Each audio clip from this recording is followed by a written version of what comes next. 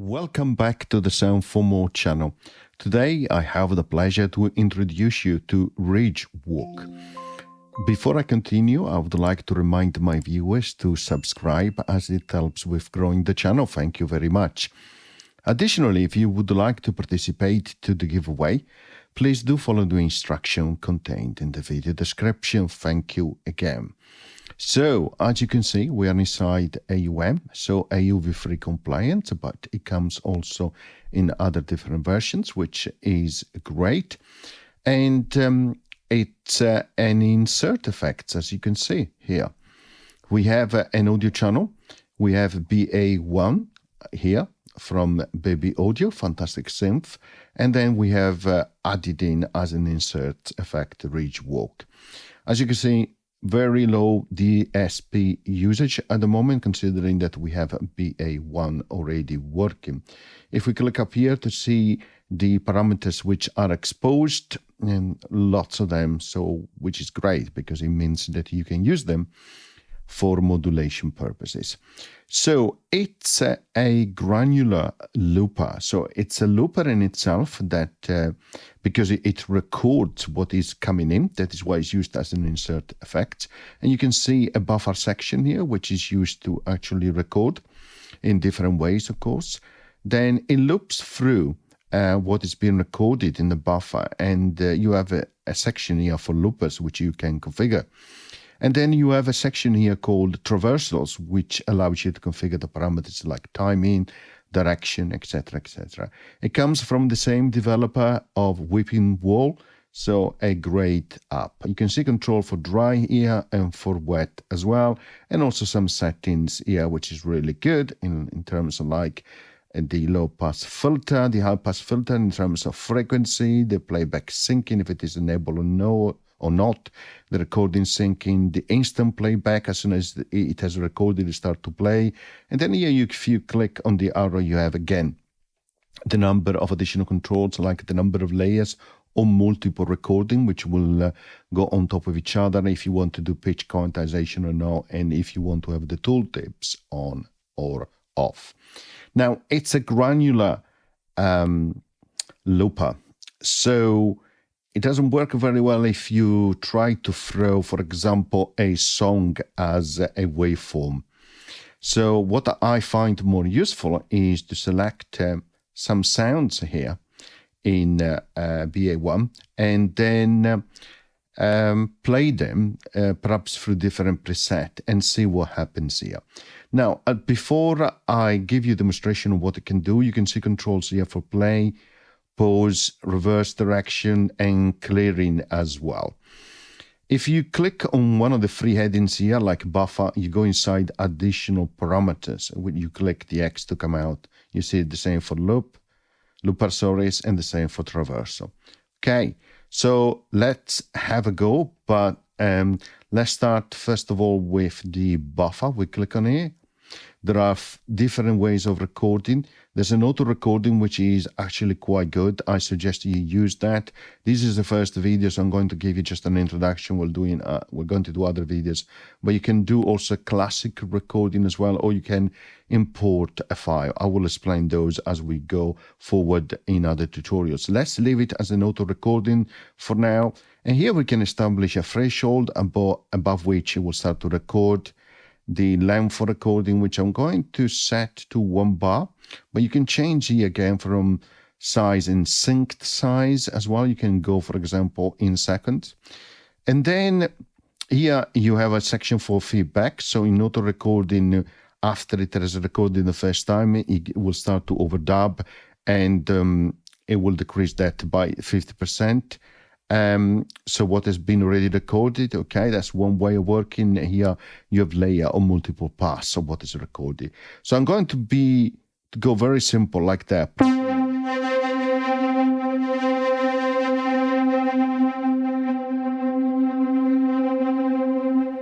You can see here a dot, and there was a red dot on the waveform. That is the position, okay, in terms of the looper going through the buffer, and this is the buffer. Again, let me play.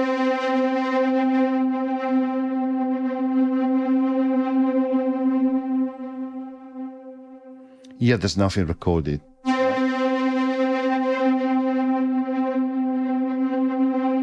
And then, of course, it starts here at the beginning. Again, let's pause that again. So we can adjust the threshold, we can adjust the size, the feedback, and the layer. Perhaps we want to reduce that a little bit. You will see that when it starts to record again, the layer will increase from 1 to 2, etc.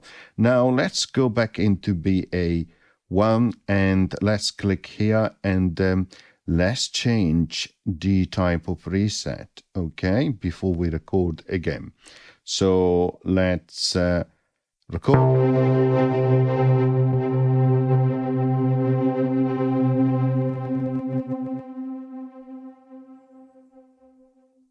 You can see here layer number 2, right?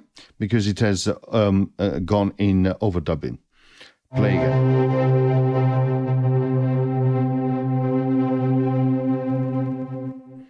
You can also move back to the previous layer like that.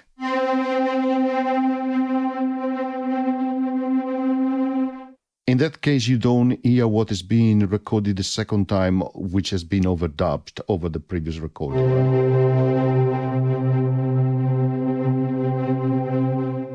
The reduction has been 39, well, I think it was 50% when I recorded it. Okay, now let's go back again into BA1 and let's choose again something else.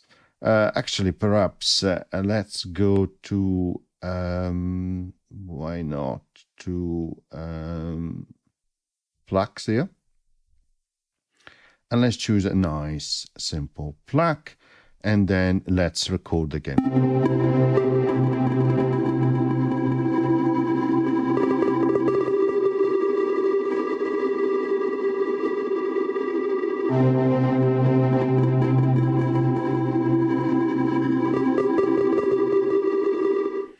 So you can hear that all the sounds are overdubbed, which is great, okay?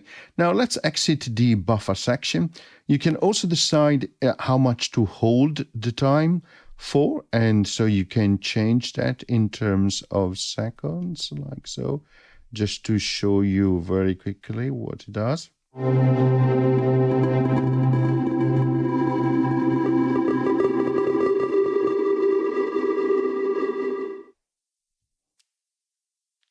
So you can hear that it doesn't hold that buffer, okay? Of course, you can change that.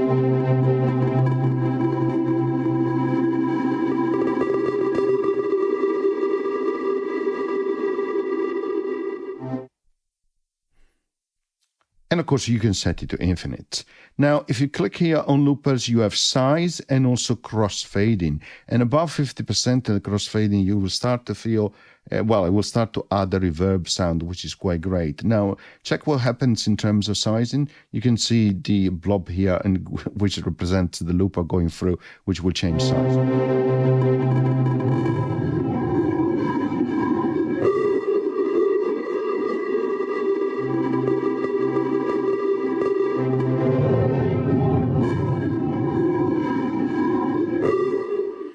And it's quite interesting because when it is smaller in size, it plays just only a very smaller part of that sample.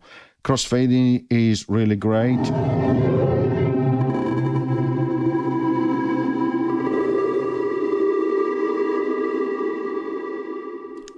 Really nice. Now let's click on loopers. You can decide how many loopers you want, in this case 3, but you can change that. You can change the pitch as well.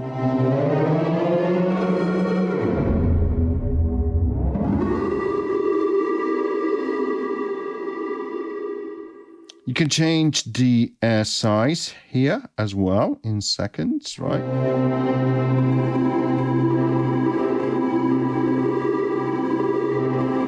See, it's getting really big. It doesn't make a lot of sense when they are too big. The blurring, which I just explained, you can also add some drift so the loopers are not always in the same position. Then you can do some random in terms of skipping and also volume, right? In terms of how they play.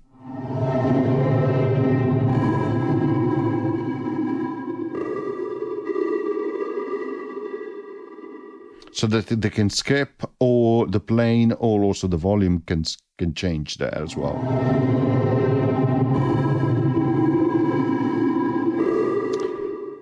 To listen that better, what we need to do is to exit the loopers, go to Traversal, where you can change the movement, which can be forward or wandering around, which is quite good, backward, ping pong, tap external as well. And here is where you set the timing, which is the speed.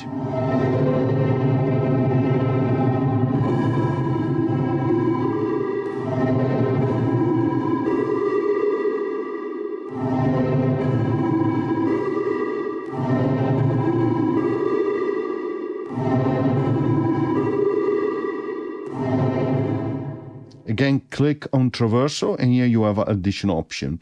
You can have fading on the time. You can spread them around. You can change the start and the end position. Again, as I mentioned earlier on, the direction and also the sync in terms of sync to time or just timing, right? You can adjust the speed. So let me show you, for example, backward.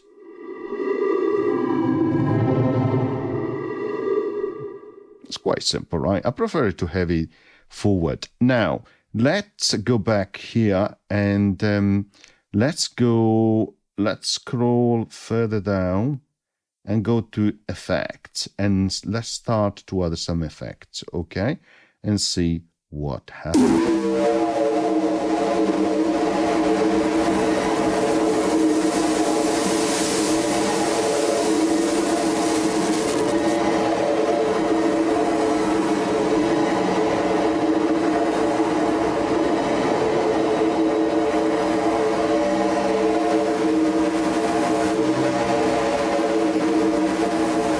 You can hear then when the blurring is quite low, the crossfading is not acting that much. There is no reverb as well. So you can hear more the loopers as they're moving across the buffer.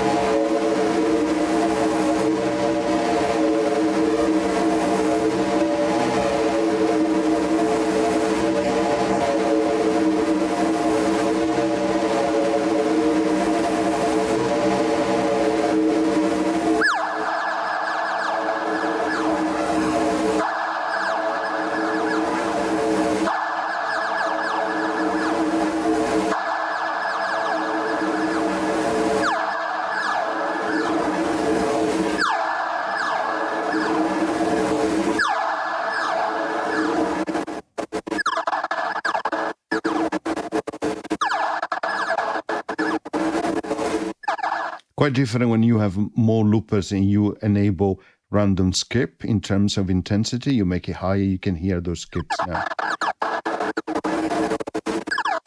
More blurry.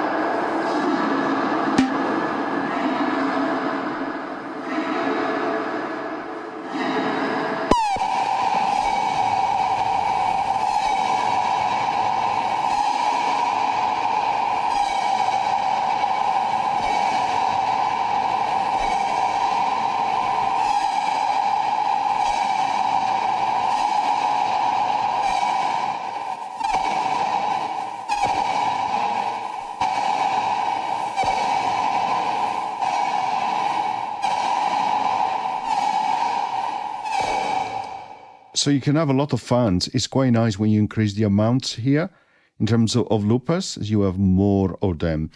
And of course, remember, you can go back to the buffer here and change to previous recording, which is great. So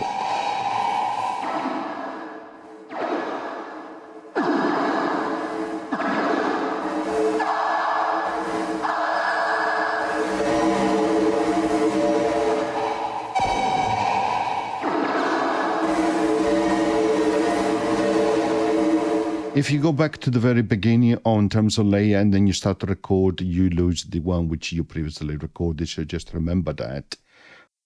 Okay, I hope you enjoyed. And as always, see you next time. Bye.